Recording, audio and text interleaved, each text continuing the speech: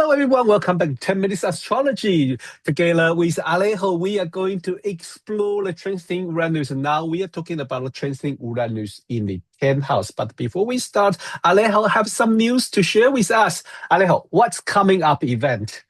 So events that are coming up is on the 28th of February, we're starting this series of webinars about integrating different planets in the chart. So how to work with these planets, even if they're not in aspect.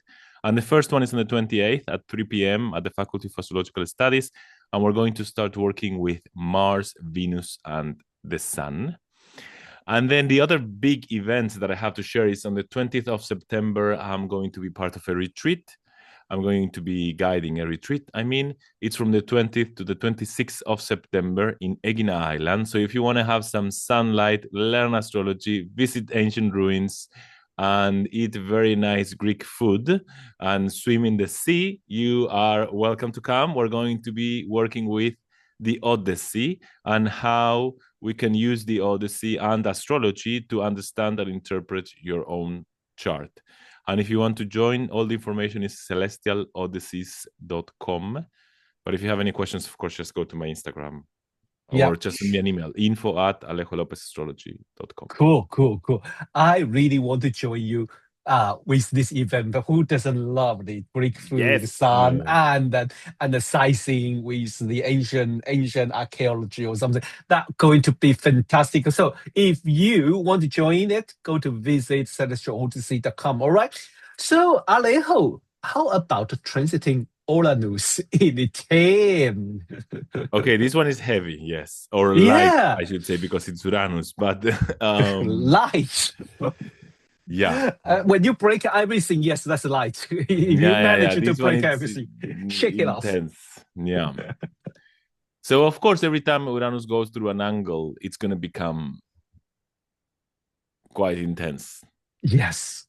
And the 10th house is our role in the world, our social position. So when Uranus goes through the 10th house, it's shaking everything we have built, everything we think we have become. And Uranus is saying, no, let's just get rid of this. Now, of course, Uranus is saying this because probably we have become, again, prisoners of our own social image, prisoners of our own objectives and goals, prisoners of our own expectations, or perhaps prisoners of our own successfulness. You know how some people, when they are successful, then they are stuck in that image and they don't try anything new. They are stuck in this role. So Uranus is saying, it's time to move on. It's time to break free of this that you have built. And it's time to let go of this so you can be more authentic. You can, again, become yourself. Of course, this can be very... if we are willing to do it, if we realize this is the moment to do this, it can be very inspiring and it can be very creative. And you might start thinking about new vocations, new paths for your work, new objectives, and perhaps objectives that in the past you thought were impossible, that you would never want to do. But if you resist, if you are more of a controlling nature, or if you are afraid of change, then it might feel like something that you value so much, something that you've been working hard, you've been working so much for, it's threatened and it might be taken away from you. And so this can feel very scary. I agree with you. So depend on how you see, how you want to this manifest. In one way, if you are expecting to create something, to create some space, allow change to happen, that could be okay. That could be, that could be even that's the kind of excitement or unexpected or shocking or scary. But that's okay. But if you want to hold everything like before, I'm not going to change everything, and I want this and that everything like usual, then that would be a challenge. That would be a very challenging transit. No, you're going against the Uranus. No, I don't want this. I don't want that. I want that. And that was time consuming, the energy consuming, isn't it? Yes, it can be. I guess even if you're excited, it can also, I think it's important not to think that opposing emotions cannot happen simultaneously. Even if it's exciting, you might be fearful of leaving something you have built, right? Yes. So you can have both. You can be excited, but also a little bit scared. But sometimes you might only be scared and you might only be trying to resist this change. And perhaps when Uranus is going through the 10th house, he's asking, again, like we were saying with the 8th house, we were saying in which aspect you're not free in this relationship. So Uranus in the 10th might be asking the same thing. It might be saying, in which way this job you have, this position you have, this idea that you have made up to yourself about what you are supposed to be and what you're supposed to become, in which sense is not letting you be free and be yourself and be authentic.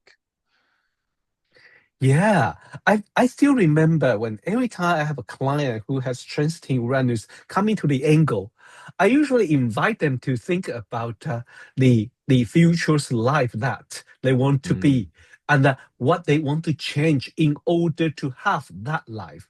I say, don't think about you should do it now, but think about the direction or the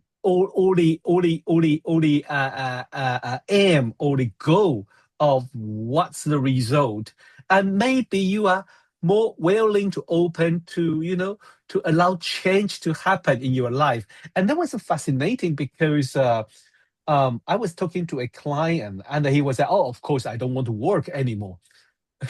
I don't want to work. I wish a future about I don't need to work anymore and this and that. I want to go to Venice. I want to go to living countryside in Florence and this and that and beautiful. I'm like, okay, you know what? So I didn't mean you should do it right now, but take that as a ultimate or future goal.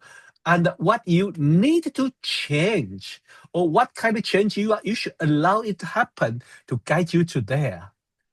Oh my God, that was so scary because 6 months after, I received his phone call. He wanted to do another consultation that he was extremely ill, so he couldn't work. He break down. He break down. Wow. And he say, but you're right.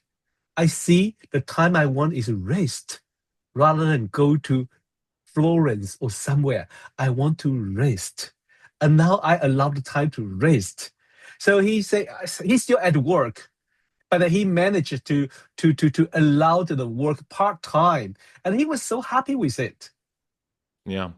Because it's similar to when we were saying about Uranus in the 8th house. It doesn't mean breakup. Yeah. Again, we turn to things in opposing either you're a slave or you're free. And actually, Uranus is saying, okay, in which way can you gain more freedom? It doesn't necessarily mean that you're going to leave your job. You're going to leave everything you have done. It feels like that because Uranus is so powerful. Yes. So it might feel like that, but it's just asking you, okay, how can you create some space?